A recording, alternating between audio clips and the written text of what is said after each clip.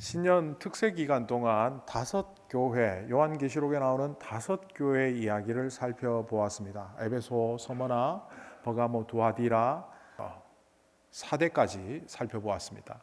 그리고 2교회가 남았는데 이걸 그냥 지나칠까 하다가 오늘 주일 말씀에 빌라델비아와 라오디게아를 함께 해서 앞에 있는 5교회의 특징들도 조금 같이 나누면서 오늘 말씀을 나누려고 합니다. 오늘 이 말씀에 언급되는 이 2교회는 결국은 이제 마지막 끝에 등장하는데요. 지도에서 보면 에베소를 시작점으로 시계반을 방향으로 에베소, 서머나, 버가모, 두아디라, 사대, 빌라델비아, 라오디게아 이렇게 쭉 돌아갑니다. 그래서 사람들은 이렇게 말하죠. 교회가 이렇게 돌아갈 때는 아마 에베소 교회가 맏형 역할을 하고 또 요즘 우리가 말하는 걸로 말하면 어머니 교회 역할을 한 다음 그것이 복음이 그 도시의 그런 방향으로 전파되었다 이렇게 말을 합니다. 이것이 증명이 되지 않았기 때문에 이 말을 틀렸다고도 맞다고도 할 수 없지만 저는 맞는 것 같습니다. 그런데 오늘 이 등장하는 라오디게아 교회 같은 경우에는 요한계시록에만 나오지 않고 바울의 서신 곳곳에서 여러 번 언급되는 교회입니다. 왜 라오디게아 교회가 그렇게 자주 언급되었을까? 그것은 이것도 짐작인데요. 서신들을 교회에서 사역을 잘 하라고 바울이 서신을 보내는데 그 서신을 많이 보내는 교회는 주로 어떤 교회느냐 하면 말썽 많은 교회입니다. 그러니까 말썽이 없고 잘 돌아가는 교회는 편지를 보내지 않았고 거기서 싸움이 나고 다툼이 나고 이단이 등장하고 이럴 때는 편지를 보내게 되는데 우리가 알고 있는 고린도전서 후서 말고도 그 서신 4개가 있었습니다. 그러니까 고린도 전후서를 포함해서 4개의 편지를 바울이 고린도 교회에 보낸 것으로 되어 있는데 왜 다른 지역에 비해서 고린도 교회에 많이 보냈을까요? 문제가 많았기 때문입니다. 그러니까 오늘 말씀에 등장하는 이 라오디게아 교회가 요한계시록에만 등장하지 않고 바울의 서신에 꼭꼭 등장하는 이유는 말씀 많은 교회였다 이렇게 볼 수 있습니다. 자, 바울의 서신이 AD 60년경에 기록되었고 또 그때 상황을 기재한다면 요한계시록은 AD 90년경의 역사적, 문화적, 지리적 상황을 담고 기록되었습니다.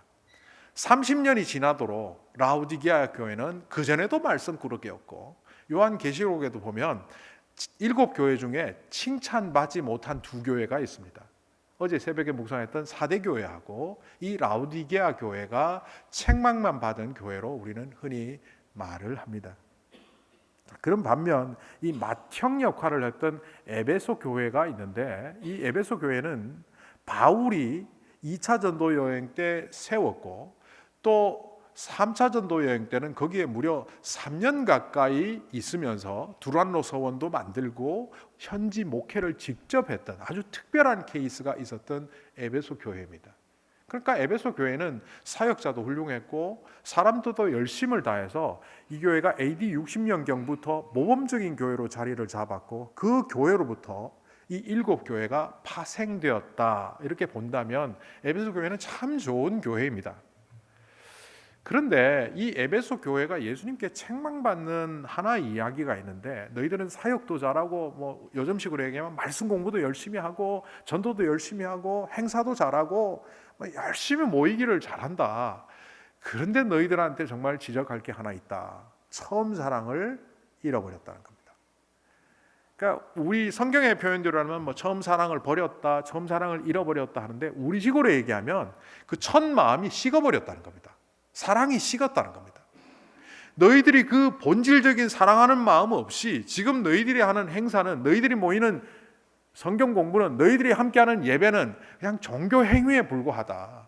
그러니 이대로 놔두면 큰일 난다. 그래서 처음 행위를 회복하라 이렇게 말하는 겁니다. 이 처음 사랑은 많은 사람들이 첫사랑 이렇게 생각하는데 이 에베소 교회의 요한계시록의 사건은 AD 90년경이고 그 전보다 한 30년 전에 바울이 에베소 교회를 향하여 편지를 보낸 게 하나 있습니다. 그게 바로 에베소서인데 이 에베소서 맨 끝에 바울이 뭐라고 딱 한 문장을 그러니까 하나를 쓰고 끝내느냐 하면 에베소서 6장 24절 맨 끝에 이렇게 씁니다. 에베소 교회여 주 예수 그리스도를 변함없이 사랑하는 모든 자에게 은혜가 있을지어다. 에베소 교회여라는 말은 제가 집어넣은 말입니다. 누구에게 하는 말이겠습니까? 에베소 교회 사람들한테 하는 얘기죠. 너희들이 예수 그리스도를 변함없이 사랑할 때 그 교회가 참으로 잘 되게 된다. AD 60년경에도 그들을 목회하며 이끌었던 바울의 입장에서 볼 때 이들은 일은 참 잘하는데 이렇게 좀 관계를 사랑하는 관계로 만들어가는 따뜻한 마음이 부족했던 것으로 보입니다. 그리고 60년에서 90년으로 넘어가서 요한 사도가 예수님의 말씀을 전할 때 그 예수님도 그렇게 말하는 거죠. 너희들은 그 변함없이 사랑하는 마음이 없어져 버렸다. 그걸 어떻게 회복할까요? 요한계시록에서는 처음 행위를 회복하라라고 가르칩니다. 마음이 사라지면 행위가 회복되어야 되겠죠. 그럼 처음 행위를 회복한다는 게 뭘까요? 이걸 저는 그 화요일 날 이렇게 나누었습니다. 이 처음 행위를 회복한다는 얘기는 결국은 그 안에 있는 삶의 목표와 방향성을 새롭게 하는 거예요. 어떤 사람이 가정을 새로 시작하죠. 결혼을 딱 할 때 우리 가정을 믿음의 가정으로 만들어야 되겠다. 아내와 또 혹은 남편과 우리 자식들이 함께 이루는 이 가정이 정말 행복한 가정을 이루어야 되겠다. 그런 목표와 방향을 안 정하는 사람이 누가 있겠습니까?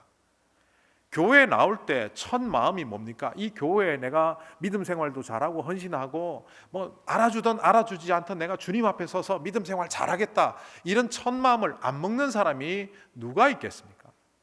어떤 직장에 들어갔을 때도 어떤 일을 할 때도 그 첫 마음은 전부 올바른 방향과 목표를 설정한 채 그것을 걸어가려고 하는데 살다 보면 가정에서 속된 말로 지지고 볶고 싸우고 하다 보면 그 목표, 그 방향 상실하지 않습니까? 교회에서 신앙생활 하다 보면 어느새 종교인이 되어서 누구는 저렇더라 누구는 이렇더라 뒷말하면서 결국 내 삶의 믿음의 모습보다는 종교인으로서의 구린내만 나는 사람으로 전락할 때가 많지 않습니까? 직장에서도 우리의 처한 모든 상황에서 그렇게 되어지는 모습을 에베소 교회를 통하여 첫 마음을 상실한, 다르게 말하면 삶의 목표와 꿈을 상실한 채 살아가는 그것으로부터 일어나 처음 행위, 삶의 목표와 방향, 꿈을 회복하라는 처방전을 주님께서는 내려주신 겁니다. 그러니까 이것은 에베소 교회의 이야기가 아니라 우리의 이야기가 될 수 있다는 겁니다. 제가 에베소 교회 이야기를 하는 것은 그 이야기가 결국은 라오디게아, 오늘 빌라델비아 교회랑 연결이 되기 때문입니다.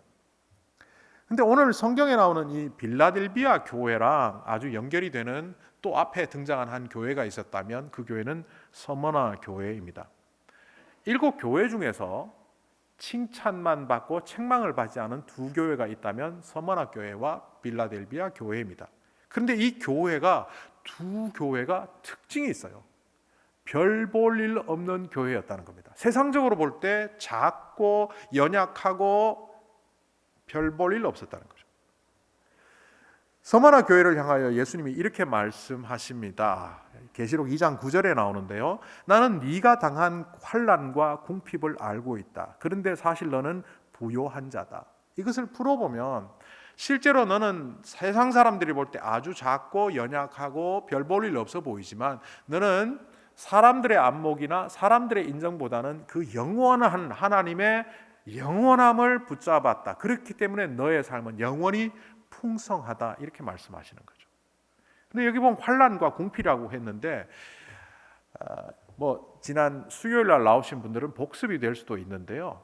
이 서머나에서 새롭게 시작된 하나의 종교 시스템이 있습니다. 그것은 바로 로마 황제를 신으로 받들고 신격화하는 것입니다. 그러니까 로마 황제를 신으로 숭배하는 것을 언제부터 시작했느냐 하면 언제부터 시작했는지는 모르지만 서머나라는 지역으로부터 시작된 것은 역사적 자료가 있습니다. 그래서 이 서머나는 우리 도시가 이제 로마의 압제하에로 들어갔다면 로마 황제를 신으로 받들면서 살아남는다 해서 도시 국가 시스템을, 이제 도시 국가거든요. 도시의 행정 시스템, 도시의 모든 문화 시스템을 로마 황제를 숭배하는 사람만 참여하도록 만들었습니다. 로마 신전에 가서 황제 신전에 가서 제물을 바치고 나는 거기에 신앙인이다, 소속된 멤버다라는 것을 드러낼 때만 선생으로 혹은 장사로 뭐 행정가로 공무원으로 활동하게 만들었습니다. 그러다 보니 예수 믿는 사람이 자기의 정체성을 지키면 가난할 수밖에 없었고 고난을 받을 수밖에 없었습니다. 그래서 여기 궁핍이라고 나와 있는데 이 궁핍이라는 단어가 프토카키아라는 헬라어인데요. 이 프토카키아라는 이 단어는 찢어지게 가난한 걸 말합니다. 그러니까 조금 가난한 게 아니고 굶어 죽을 지경까지 가난한 거.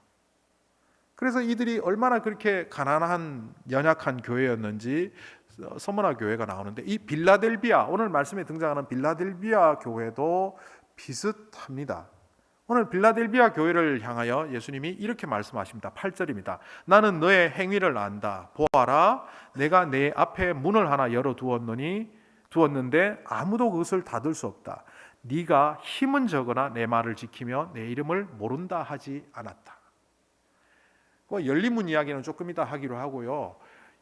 이 교회가 예수님의 이름을 부인하지 않고 말씀을 잘 지키며 살았는데 지극히 적은 힘으로 그걸 했다는 거예요. 여기서 적다라는 것이 헬라어로 보면 미크로스입니다. 미크로스. 영어 단어랑도 통하니까 이해가 되시겠지만 이 단어를 조금 더 설명을 하면 이런 겁니다. 적다가 아니라 좀 다른 의미입니다. 어떤 친구가 찾아왔어요. 예를 들어서, 야, 내가 지금 1,000불이 필요한데 돈이 좀 부족해. 좀 빌려줄 수 있어? 그러니까 빌려주려고 하는 친구가 얼마나 부족한데 얼마 있니? 10센트 있어. 1,000불이 필요한 사람이 10센트 있으면 부족한 겁니까? 없는 겁니까? 없는 거잖아요. 이 미크로스가 그겁니다. 없는 거예요. 없는데 조금 있는 거. 그러니까 이 교회가 얼마나 연약하고 얼마나 세상적으로 볼 때는 보잘것없어 보이는지를 증명합니다. 그럼에도 불구하고 이 빌라델비아 지역에서 이 교회는 신실함을 유지했다는 겁니다. 이 빌라델비아라는 이 이름은 본래 이제 리디아 왕국 시절에는 다른 도시 이름을 붙였어요. 뭐 칼라테푸스 이런 이름을 붙였는데 그 옆에 있는 베르가놈, 그러니까 버가모 교회를 통치하던 그 고대 왕국 베르가눔 왕국이 쳐들어와 갖고는 정복을 한 다음에 자기 그 왕의 이름을 붙였어요. 아탈로스 2세라는 왕의 이름이 빌라테푸스입니다. 필리아라는 말과 델포스라는 말이 합성 건데 필라델푸스는 형제 사랑이라는 겁니다. 그걸 도시 이름으로 바꾸니까 필라델비아가 된 겁니다. 그러니까 지금 우리 미국의 저 밑에 있는 그 필라델피아도 여기서 왔습니다. 필리아델피아, 필라델포스, 형제 사랑. 그 이후 이 나라에 이 도시에 문화가 형성이 됐는데 형제끼리 사랑하라고 도시 이름도 필라델피아 했는데 싸우면 법적으로 엄청난 제재를 가했습니다. 이웃이 이웃을 사기치고 뭐 폭력을 행사하고 사이 안 좋게 지내면, 그래서 이 동네에 자연스럽게 어떤 문화가 형성되었느냐, 우리식으로 여기서 뭐 국을 끓이면 한 그릇 갖다 주고 반찬하면 갖다 주고, 그러니까 문 열어놓고 사는 세상, 담 없는 세상이 된 거예요. 그래도 뭐 문은 있었죠. 그런데 이 빌라델비아에 AD 17년에서 23년에 큰 지진이 여러 차례 옵니다. 여기가 지금 터키 땅이잖아요. 투르키에 여러 번 지진이 일어나서 엄청난 인원이 죽었다는 사실을 우리 알잖아요. 고대에도 그랬습니다. 그러니까 여진이 있기도 하고 또 뭐 남은 지진이 또 작게 크게 일어나기도 했지만 크게 AD 17년, 23년에 일어났는데 그때 이 사람들이 집안이 흔들리기만 하면 자다가도 나가야 되니까 문을 열어놓고 살았습니다. 그러니까 문을 열어놓고 밤에 문 찾다가 예전에 제가 그 남자만 17명, 18명 있는 하숙집에 살았는데 갑자기 자는데 도둑이야 그러는 거예요. 그래서 제가 이제 제일 그 현관문 쪽에 가까운 방에 하숙을 하고 있었는데 자다가 벌떡 일어나서 나갔는데 창문이더라고요. 창문으로 나가서 결국 도둑을 못 잡았어요. 그런데 그 2층에 바깥에 살고 그러니까 방을 입고 있던 주인집 아들이 창문으로 뛰어내서 그 도둑을 잡았어요. 결국 그때 느꼈습니다. 방문을 닫아 놓으니 일어나니까 방향을 찾지를 못하겠다. 이 빌라델비아 사람들은 그래서 문을 열어놓고 살았어요. 조금만 흔들리면 애들 들고 밖으로 나가는 그런 삶을 살다 보니 여기 열린 문이라는 것이 어떤 의미인지 그들에게는 쉽게 와닿았습니다. 너희에게 열린 문을 두었으니 그 열린 문으로 아무도 그것을 닫지 못하게 하겠다. 이 열린 문은 구원의 상징입니다. 너희들이 연약하고 보잘것없고 세상 사람들이 볼 때는 아무것도 아니라고 말할지 모르지만 나는 너희들의 열린 문이 되어서 그 문을 닫지 못하게 해서 너희들이 항상 구조되고 그 위기와 어려움 속에서도 빠져나올 수 있도록 문을 열어놓겠다. 이제 그 얘기를 하시는 거죠. 그런데 이 문과 관련해서는 예수님이 벌써 요한복음에서 예수님 본인을 주님께서 문이라고 표현하신 적이 있습니다. 요한복음 10장 7절에 보면 예수께서 다시 이르시되 내가 진실로 진실로 너희에게 말하노니 나는 양의 문이라. 9절에는 이렇게 말합니다. 내가 문이니 누군지 나로 말미암아 들어가면 구원을 받고 또는 들어가며 나오며 꼴을 얻으리라. 요한복음에서는 예수님을 비유하는 표현들이 예수님의 말씀을 통하여 많이 나옵니다. 나는 선한 목자라, 나는 포도나무라, 나는 부활이요 생명이라, 나는 길이요 진리요 생명이라. 여기에 우리가 흔히 주목하지 않는 나는 양의 문이다, 나는 문이다라는 표현이 요한복음 10장에 나옵니다.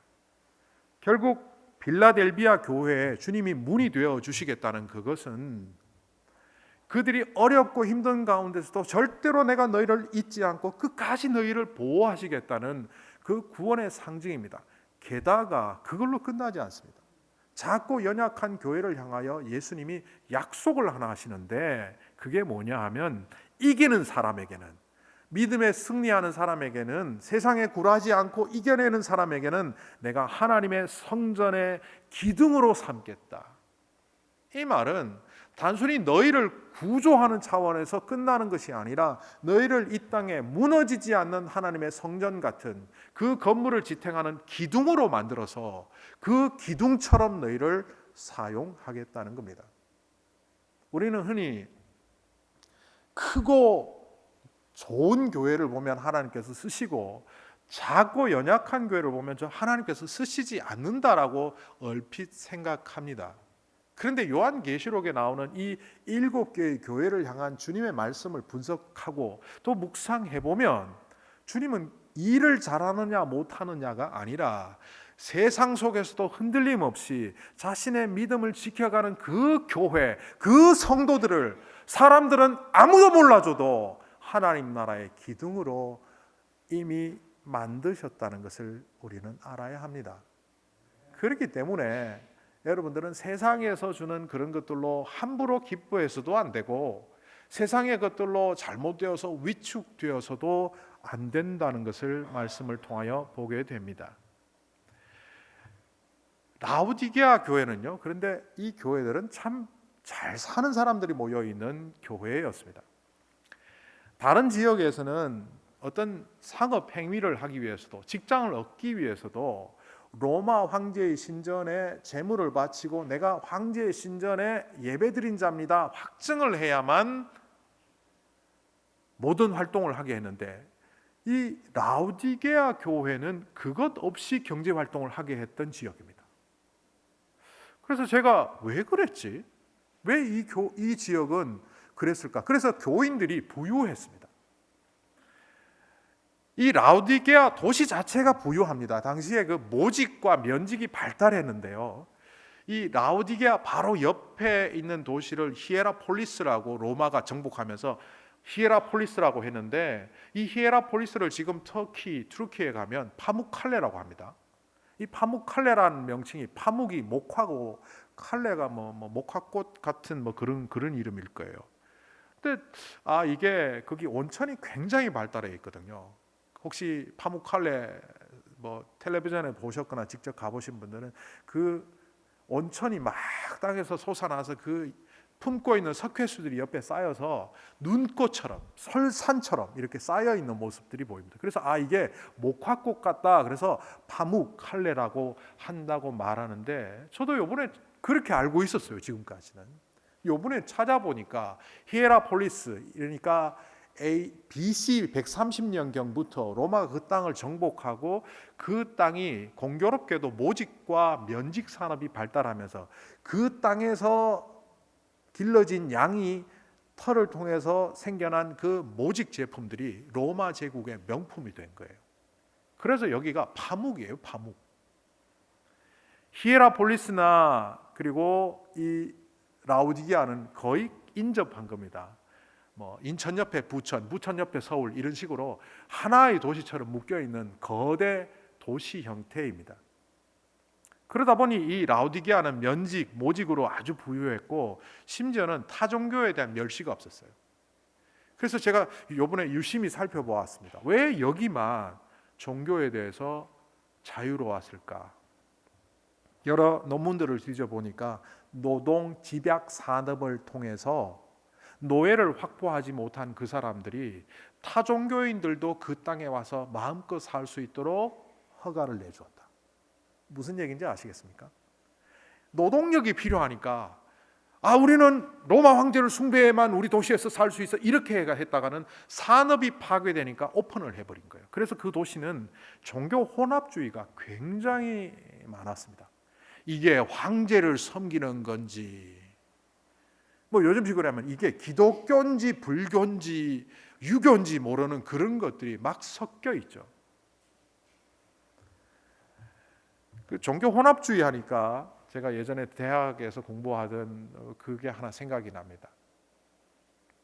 무속신앙을 공부하다 보니까 무속신앙의 이제 무당을 좀 찾아가서 인터뷰도 하고 또 그들의 무당의 종교 행위가 어떤지 연구를 해야 되는데 어떤 무당이 서울에 있는 어떤 무당이 예수님을 섬기는 무당이 있다 그래갖고 뭐 예수님을 섬겨? 하고 갔더니만 들어가는 입구에 십자가가 걸려 있습니다. 그리고 문을 열고 들어갔더니만 예수님 그 이렇게 거룩한 예수님의 이렇게 후광 있고 손 들고 있는 그 사진 있잖아요. 그걸 탁 붙여놓고 액자에는 성경 구절 붙여서 걸어놓고 막 거룩해지더라고요. 무당집에 갔는데 그 사람은 메인갓을 무당이 예수신을 섬기는 거예요. 그 사람 기독교인입니까? 아닙니까? 아닙니다. 무당 시스템, 무속신앙, 샤머니즘을 잘 몰라서 여러분들이 이해하시도록 조금 도움을 드리면 제가 그걸 공부를 했거든요. 이 샤머니즘은 잡기를 몰아내기 위하여 강한 신을 불러서 처리합니다. 잡기가 액마살입니다. 액마살, 살이 꼈다 마가 꼈다 액이 꼈다 이거 잡신입니다. 잡신이 붙은 걸 더 강한 신을 불러서 쫓아냅니다. 그게 구시기도 하고 또 뭐 여러 종교 행위입니다. 그런데 아무 신이나 강한 신을 불러오면 안 돼요. 쥐 한 마리 잡아달라고 호랑이 같은 신을 부르면 호랑이가 사람을 잡아먹습니다. 그래서 신을 적당히 잘 맞춰서 불러야 됩니다. 쥐를 잡으려면 고양이 정도의 신. 그런데 고양이가 짜증내면 잘 달래줘야 됩니다. 이게 굿입니다. 그러다 보니 메인갓을 예수로 섬기면서 그 무당은 성주신도 섬기고 별성신도 섬기고 오만신 다 섬기고 있어요. 적절히 불러와야 돼요. 종교 혼합주의입니다. 절대로 그 사람은 예수를 믿는 사람이 아닙니다. 그런데 라우디게아 지역이 그런 혼합주의가 아주 강하다 보니 기독교인들조차 그러고 살았다는 거예요. 이 지역을 조금 더 이해하다 보면 오늘 예수님의 말씀이 더 잘 이해됩니다. 여기 뭐 안양 이야기 나오고 뭐 차다, 덥다, 뭐 미지근하다, 섞였다, 물 이야기가 나오죠. 이 지역은요 의과대학이 굉장히 발달한 도시였습니다. 로마에서도 알아주는 그 의과대학 의사 중에 너무 의료가 뛰어나서 로마 동전에 이름이 들어갈 요즘식으로 하면 의과대학 교수가 나올 정도로의 의과대학이 있었습니다. 그리고 거기서 나온 약품들 중에 귀약, 안약이 명품이었는데 귀약은 조금 명품이고 안약은 최고의 명품이었습니다. 그러다 보니 오늘 라우디게아 얘기에 뭐 안약을 사서 발라라 이런 비유가 나오는 겁니다. 게다가 이 라우디게아 지역은 물이 조금 부족해서 인근에 있는 온천지로부터 온천수를 끌어다가 목욕탕을 만들었고 또 다른 지역에서는 찬물을 끌어다가 식수, 생수로 사용했습니다. 로마 수로 산업이 워낙 발달해 있지 않습니까? 그래서 온천수를 끌어다 마시는 물이 아니라 그 안에 뭐 석회질이 워낙 많으니까 먹으면 큰일 나죠. 목욕물로 쓰고 찬물은 끓여다가 식수로 사용했는데 이게 잘못 운용을 해서 섞이거나 식수 통로로 온천수가 들어가 버리면 난리가 나는 거죠. 사람들 구역질하고 토하고. 오늘 말씀에 너희를 삼킬 수가 없다. 예수님이 라오디게아 교회를 향하여 이렇게 말씀하시는 것을 우리가 볼 수 있습니다. 너희는 차지도 않고 뜨겁지도 않고 네가 차든지 뜨겁든지 하면 좋겠다. 이렇게 미지근하여 뜨겁지도 않고 차지도 않으니 나는 너희를 내 입에서 뱉어 버리겠다. 석회질이 가득한 그 물을 마실 수 없고 더더구나 찬물이 되어 식어 빠져서 마실 물처럼 위장하고 있지만 입에 넣어보면 뱉을 수밖에 없는 것. 그게 라오디게아 교회의 모습이었습니다. 겉으로는 교회라고 말하지만 돈 벌기의 현안이 되어서 세상 사람들과 다를 바 없는 종교 혼합주의에 빠져있는 이 라오디게아 교회를 예수님께서 그 지리적 상황, 역사적 상황, 문화적 상황을 갖고 와서 말씀하신 것이 오늘 라오디게아 교회에 하신 말씀입니다. 그리고 그 처방전이 뭡니까? 18절에 이렇게 말합니다.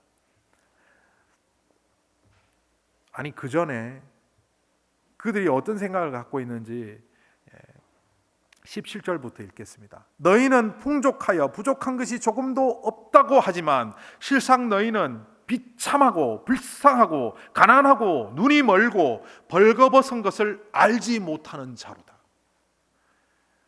밖으로 드러난 모습과는 달리 그들의 영혼은 거지였고 그들의 내면은 궁핍했고 그들의 내면적 신앙적인 모습은 가짜였다는 것을 예수님이 지적하시면서 18절에 이런 처방전을 내립니다. 그러므로 나는 너희에게 권한다.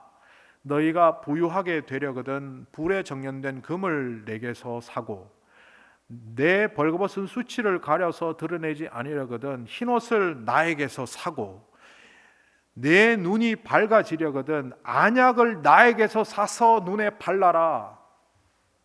여기서 사다라는 동사는요 실제로 한 번 나왔습니다. 그런데 이 세 번을 다 적용하는 거니까 우리말로는 세 번을 다 번역했습니다. 그런데 이 사다라는 번역이 좀 애매합니다. 이걸 단어 뜻 그대로 속량, 대속이라고 하기에는 그래서 사다라는 뜻이 있기 때문에 사다라고 번역을 했는데 이거는 아고라조라는 동사인데요. 이건 이런 겁니다. 어떤 주인이 말 안 듣는 노예, 자기 마음에 안 드는 노예를 죽도록 패고 있습니다.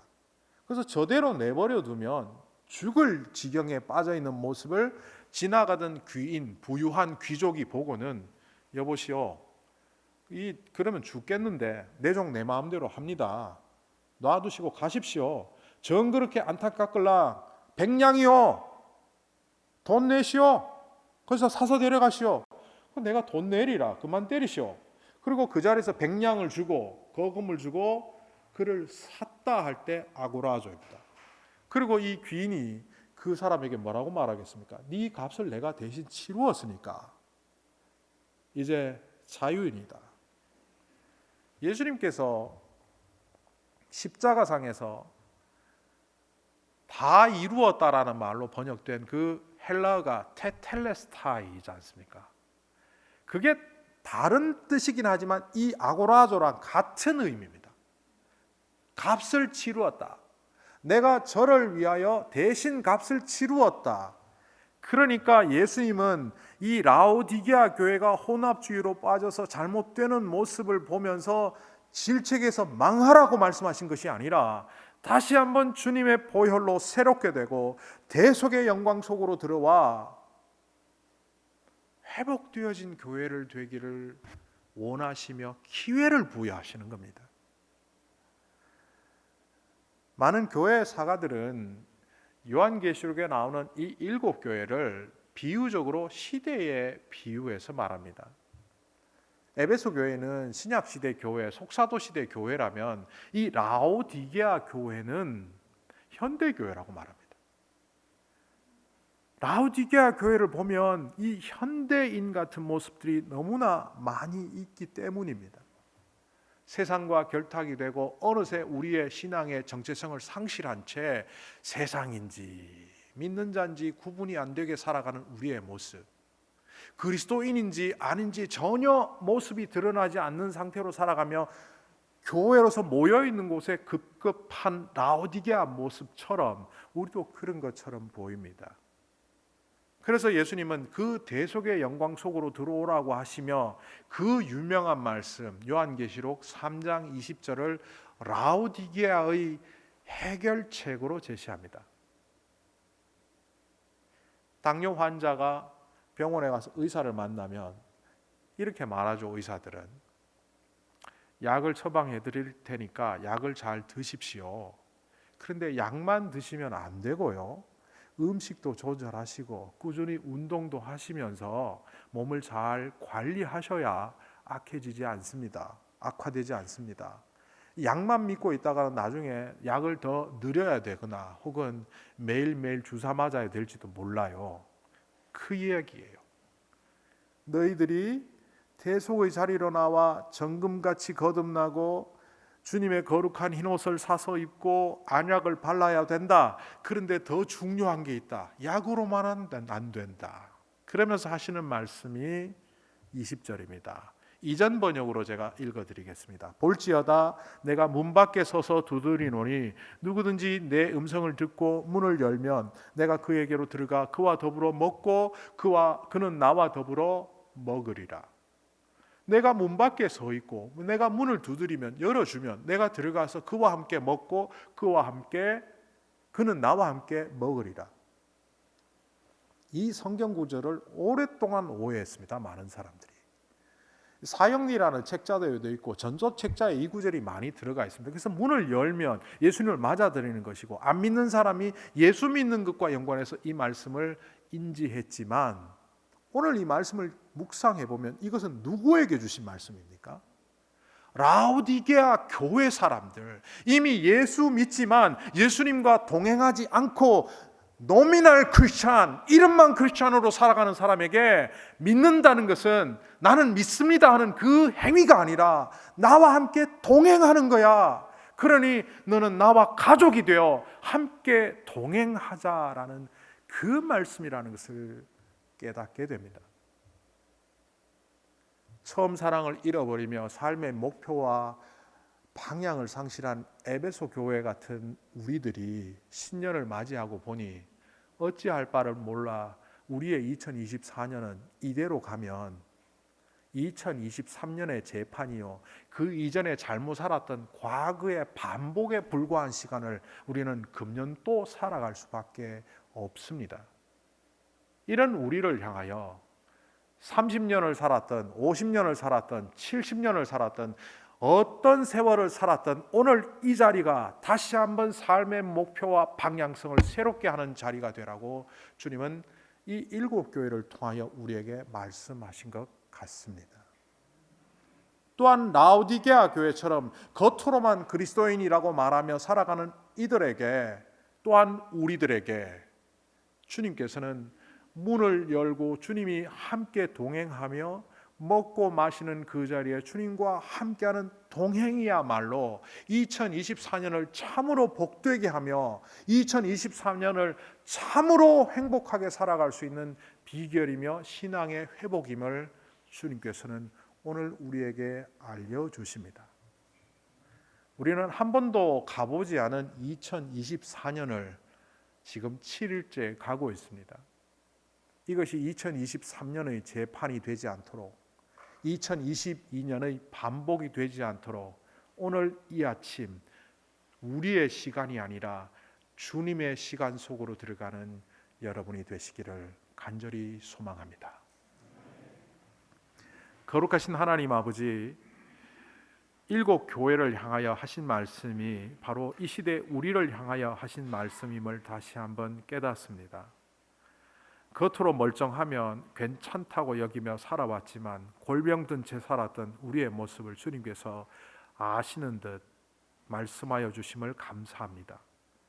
라오디게아 교회가 범했던 그 오류를 벗어나 참으로 주님과 동행하는 사람이 되게 하시옵고, 또 어떤 때는 삶의 자리가 핍절해서 빌라델비아 교회처럼 연약하다, 없다 말하고 있지만 오히려 그 연약함 가운데 그리스도의 강력한 능력이 나타나는 은혜를 누릴 수 있는 성전의 기둥 같은 자로 살아가는 우리들이 되게 하여 주시옵소서. 우리 주 예수님의 이름으로 기도하옵나이다. 아멘.